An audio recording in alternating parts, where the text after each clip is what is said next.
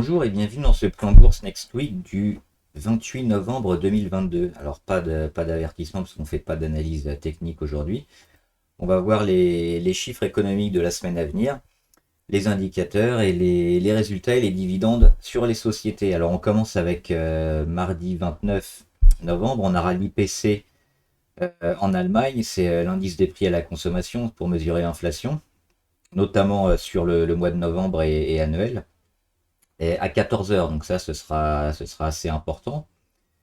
Et ensuite, à 16 heures, on aura la confiance des consommateurs aux USA. Donc ça peut aussi jouer. Mais on aura surtout l'IPC mardi. Mercredi, donc toujours en Europe, en Allemagne, on aura le nombre de chômeurs et le taux de chômage en Allemagne à 9h55. Donc ce sera en matinée, juste après l'ouverture. Ensuite, on aura à 11 heures l'IPC annuel en Europe, donc pareil, l'indice des prix à la consommation. On s'attend à 10,2 sur l'inflation en Europe sur l'année. On était à 10,6, donc on s'attend déjà à une petite baisse. Ça, c'est la bonne nouvelle. On verra si ce sera confirmé donc mercredi à 11 heures. Jeudi 1er décembre, on aura les PMI manufacturiers, donc c'est le niveau de santé des entreprises aux États-Unis à 16 heures.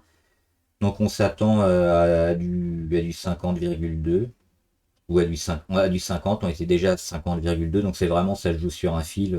Si on n'a pas de gros écarts, il n'y aura pas véritablement d'influence sur les marchés. Par contre, si on a des gros chiffres où on est largement en dessous de 50, oui, ça pourrait être volatile, mais sinon on s'attend à un chiffre assez stable. Et enfin, vendredi, on aura la création des emplois non agricoles, toujours aux États-Unis, où on espère 200 000 créations de postes. Donc, et enfin, donc ça c'est à 16 heures, et toujours à 16 heures, le taux de chômage aux États-Unis qui serait à 3,8.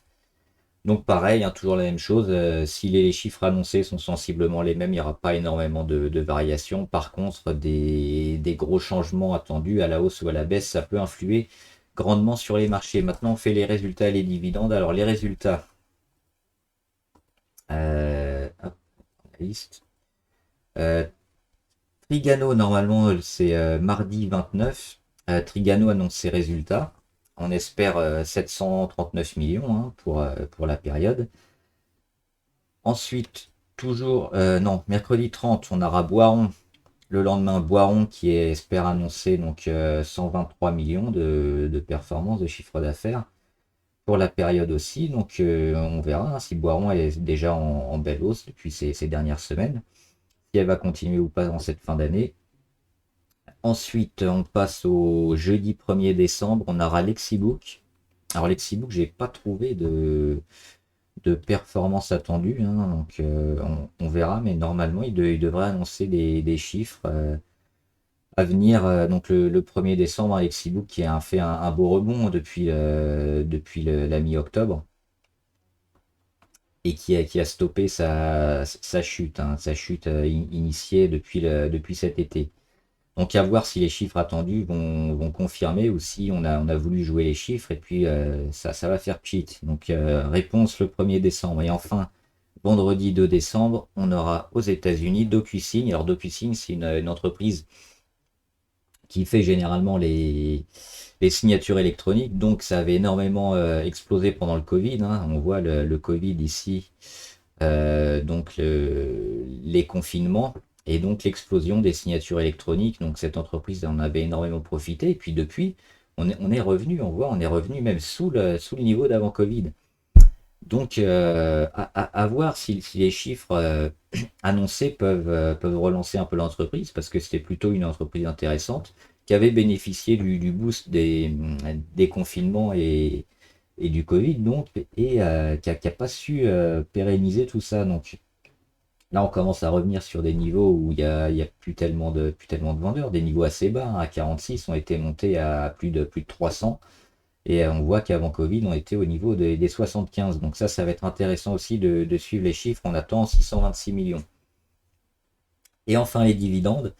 Alors la semaine prochaine, on aura McDonald's. McDonald's, ils sont là, qui devrait verser 1,52 $. de dividendes mercredi 30. Mercredi 30, on aura également Coca-Cola. Coca-Cola qui a fait un beau rebond, hein, qui continue sa performance, donc toujours intéressant. On en avait parlé quand ils étaient ici. Coca-Cola, alors c'est 44 centimes de dollars pour le dividende mercredi 30. Et enfin Nvidia, toujours mercredi. Alors Nvidia, c'est pas intéressant, hein. Le dividende, il est à 4 centimes. 4 centimes de dollars. Donc c'est vraiment quasiment rien. Mais il file quand même du dividende. On va plutôt les jouer éventuellement pour de la croissance. Mais pour les dividendes, c'est pas tellement intéressant. Jeudi, on revient en France. Christian Dior. Christian Dior qui devrait... Hop, c'est ça en novembre, hein. Le 1er décembre, jeudi 1er décembre, ça devrait être 5 euros de dividende annoncé pour le luxe. On a également LVMH, c'est la même date. Non, c'est le lendemain, c'est vendredi 2 décembre, LVMH, c'est 5 euros également de dividende annoncé.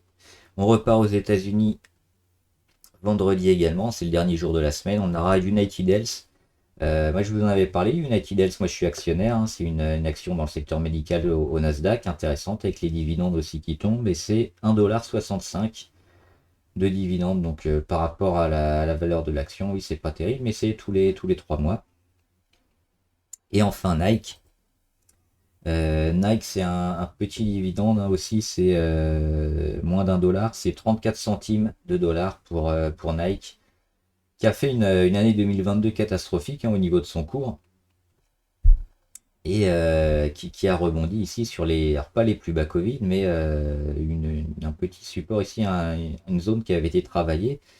On le voit durant la période post-vaccin, pré-vaccin, pardon. Le vaccin, il était au mois de novembre, il me semble. Donc c'est une période quand même qui avait été une zone qui avait été bien travaillée sur les 80. On a rebondi. Et puis là, on reprend un petit support intermédiaire. Donc à voir également. On va attendre plutôt les chiffres de Nike pour éventuellement se intéresser à la société. Mais en tout cas, les dividendes, ce sera vendredi 2. Voilà, j'espère que l'agenda vous a un peu aidé, vous a éclairé pour la semaine prochaine. Bon trade, à plus!